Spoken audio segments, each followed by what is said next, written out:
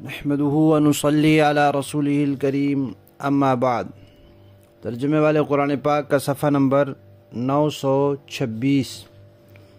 25واں پارہ سورہ دخان، پہلا رکوع،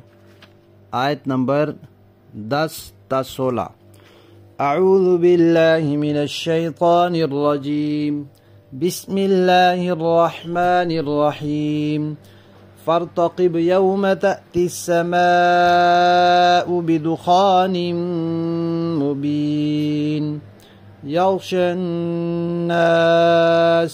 هذا عذاب علیم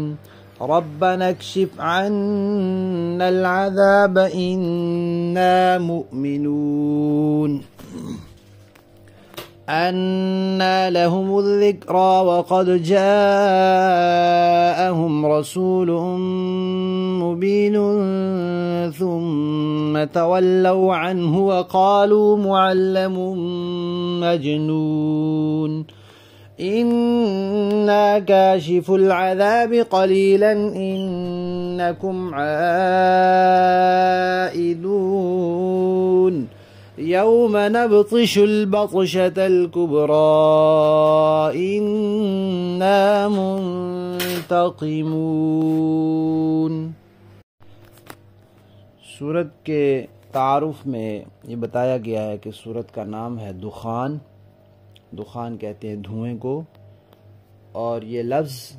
سورت کی آیت نمبر 10 میں موجود ہے۔ اب جو قرآن و سنت میں دھوئیں کا تذکرہ ملتا ہے وہ دو ہیں۔ ایک دھواں وہ ہے جو قیامت کے قریب ظاہر ہوگا اور زمین و آسمان کے درمیان جو جگہ ہے اس کو بھر دے گا، اور جو مومن ہیں ان کو اس سے صرف زکام ہوگا، اور جو کافر ہیں ان کے تو اندر وہ گھس کر گویا کہ چیر پھاڑ کر دے گا۔ یعنی جو منافذ ہیں جسم کے، جو سوراخ ہیں جہاں سے چیزیں جسم میں جاتی ہیں، چاہے ہوا ہے چاہے خوراک ہے یا نکلتی ہیں، جیسے مسام ہے، پسینہ نکلتا ہے، ان سب کو پھاڑ ڈالے گا۔ اب قرآن و سنت میں ان دو دھوؤں کا ایک یہ دھواں ملتا ہے، اور دوسرا کہ نبی پاک صلی اللہ علیہ وسلم کو مدینہ والے جو ہیں وہ بہت مکہ والے بہت تنگ کرتے تھے، تو آپ نے پھر ان کے لیے بد دعا کی تھی، تو اللہ تعالیٰ نے مکہ والوں پر قحط مسلط کر دیا، اور بہت شدید قسم کا قحط آیا اور وہ بھوکوں مرنے لگے۔ اور پھر انہوں نے حضرت ابو سفیان جو اس وقت ابھی مسلمان نہیں ہوئے تھے ان کو حضور کی خدمت میں بھیجا کہ آپ تو کہتے ہیں کہ میں رحمت ہوں اور آپ کی قوم بھوکوں مر رہی ہے، تو آپ اللہ تعالیٰ سے دعا کریں۔ تو حضور نے ان کو سمجھایا کہ یہ اصل میں آپ لوگوں کے ایمان نہ لانے کی وجہ سے اللہ تعالیٰ کی طرف سے عذاب ہے، آپ لوگ ایمان لے آئیں عذاب ٹل جائے گا۔ انہوں نے کہا جی آپ دعا کریں عذاب ٹل جائے تو ہم ایمان لے آئیں گے۔ اللہ تعالیٰ نے عذاب ٹال دیا اور قحط ختم ہو گیا، لیکن وہ ایمان نہیں لائے۔ تو دوسرا دھواں یہ ہے۔ یہاں حضرت عبداللہ بن مسعود رضی اللہ تعالیٰ عنہ جن کے بارے میں کہا جاتا ہے کہ ایک تو وہ فقیہ الامت ہیں، اور دوسرا وہ مفسرین میں سے اول نمبر کے مفسر ہیں، اور دوسرے نمبر کے مفسر ہیں حضرت عبداللہ بن عباس رضی اللہ تعالیٰ عنہما۔ تو حضرت عبداللہ بن مسعود رضی اللہ تعالیٰ عنہ کی رائے یہی ہے کہ یہ آیات اس دھوئیں کے بارے میں ہیں جو مکہ والوں کو قحط کے دوران نظر آیا تھا۔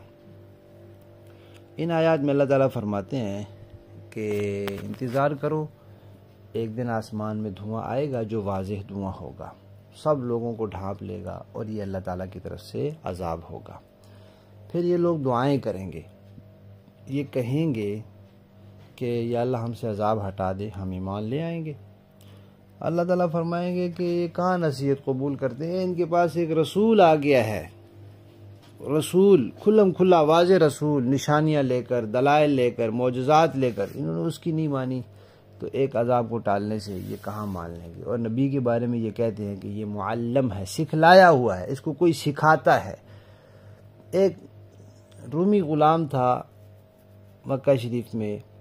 تو وہ لاوارث تھا، کبھی بیمار ہو جاتا تھا تو نبی پاک صلی اللہ علیہ وسلم اس کی تیمارداری کر لیتے تھے۔ تو اس پر مشرکین جو ہیں یہ باتیں بناتے تھے کہ یہ جو رومی غلام ہے یہ محمد کو سکھاتا ہے، اور محمد کہتا ہے کہ اللہ کی طرف سے قرآن نازل ہوا ہے، نعوذ باللہ۔ تو اللہ تعالیٰ فرماتے ہیں کہ یہ لوگ نبی کو کہتے ہیں کہ یہ سکھلایا ہوا ہے، اس کو کوئی دوسرا سکھلاتا ہے، اور نعوذ باللہ مجنون اور پاگل بھی کہتے ہیں۔ پھر فرمایا کہ اگر ہم ان سے یہ عذاب ہٹا بھی لیں تھوڑی دیر کے لیے، یہ لوگ پھر وہی حرکتیں کریں گے۔ یہ ایمان لانے والے نہیں ہیں، یہ جو کہہ رہے ہیں کہ ایمان لے آئیں گے اور یہ نہیں لائیں گے، یہ پھر وہی حرکتیں کریں گے۔ تو کوئی بات نہیں، پھر ایک دن بڑی پکڑ کریں گے ہم، اور پھر ہم ان سے پورا بدلہ لیں گے۔ ابھی تو ہم عذاب ہٹا دیں گے، کوئی بات نہیں، لیکن جب یہ حرکتیں دوبارہ وہی کریں گے تو پھر ان کا انجام بھی وہی ہوگا اور ان کی سزا بھی وہی ہوگی، اور وہ بڑی پکڑ سے مراد قیامت کا دن ہے۔ لفظی معنی دیکھیے، فرتقب، لہذا تم انتظار کرو، یوم، اس دن کا جس دن تأتی لائے گا، السماء آسمان، بدخان دھواں، مبین کھلا ظاہر، یغشا جو ڈھانپ لے گا، الناس لوگوں کو، ہذا یہ، عذاب عذاب ہوگا، علیم دردناک، ربنا اے ہمارے پروردگار، اکشف ہٹا دے، دور کر دے، عنا ہم سے، یعنی اس وقت پھر لوگ دعائیں کریں گے اور کہیں گے ربنا اے ہمارے رب، ہٹا دے، دور کر دے ہم سے، العذاب یہ عذاب، یہ قحط ہم سے دور کر دے، انا بے شک ہم مؤمنون ایمان لے آئیں گے۔ اللہ تعالیٰ فرماتے ہیں انا، کہاں، لہم ان کو، الذکرا نصیحت کی توفیق ہوتی ہے، وقد اور تحقیق، جاءہم آ چکا ہے ان کے پاس، رسول مبین ایک رسول جو ہر چیز کھول کھول کر بیان کرنے والا ہے۔ ثم پھر، تولوا وہ لوگ پھر گئے، عنہ اس بات سے کہ ہم ایمان لائیں گے، وقالو اور کہنے لگے، معلم اس کو تو کوئی سکھلاتا ہے، مجنون اور نعوذ باللہ یہ دیوانہ ہے۔ اللہ فرماتے ہیں انا بے شک ہم، کاشفو ہٹانے والے ہیں، العذاب عذاب کو، قلیلاً تھوڑا وقت، انکم بے شک تم لوگ، عائدون واپس اپنی حالت پر لوٹ آؤ گے، جو حرکتیں کر رہے ہو وہی کرو گے، یوم جس دن، نبطشو ہم پکڑ کریں گے، البطشۃ الکبریٰ بڑی پکڑ کریں گے پھر،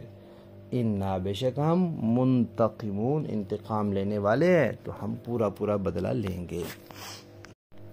با محاورہ دیکھیں جی، فارتقب یوم تأتی السماء بدخان مبین، لہذا اس دن کا انتظار کرو جب آسمان پر ایک واضح دھواں نمودار ہوگا، یغشی الناس ھذا عذاب علیم، جو لوگوں پر چھا جائے گا یہ ایک دردناک سزا ہے، ربنا اکشف عنا العذاب انا مؤمنون، اس وقت یہ لوگ کہیں گے کہ اے ہمارے پروردگار ہم سے یہ عذاب دور کر دیجئے، ہم ضرور ایمان لے آئیں گے، أَنَّى لَهُمُ الذِّكْرَى وَقَدْ جَاءَهُمْ رَسُولٌ مُبِينٌ، ان کو کہاں نصیحت ہوتی ہے حالانکہ ان کے پاس ایسا پیغمبر آیا ہے جس نے حقیقت کو کھول کر رکھ دیا ہے، ثم تولوا عنه وقالوا معلم مجنون،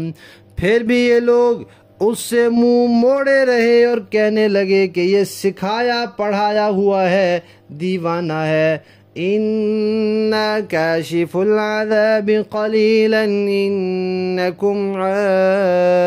عَائِدُونَ، اچھا ہم عذاب کو کچھ عرصے تک ہٹا دیتے ہیں، یقین ہے کہ تم پھر اسی حالت پر لوٹ آؤ گے، یوم نبطش البطشۃ الکبریٰ، اِنَّا مُنْتَقِمُونَ، جس دن ہماری طرف سے سب سے بڑی پکڑ ہوگی اس دن ہم پورا انتقام لے لیں گے۔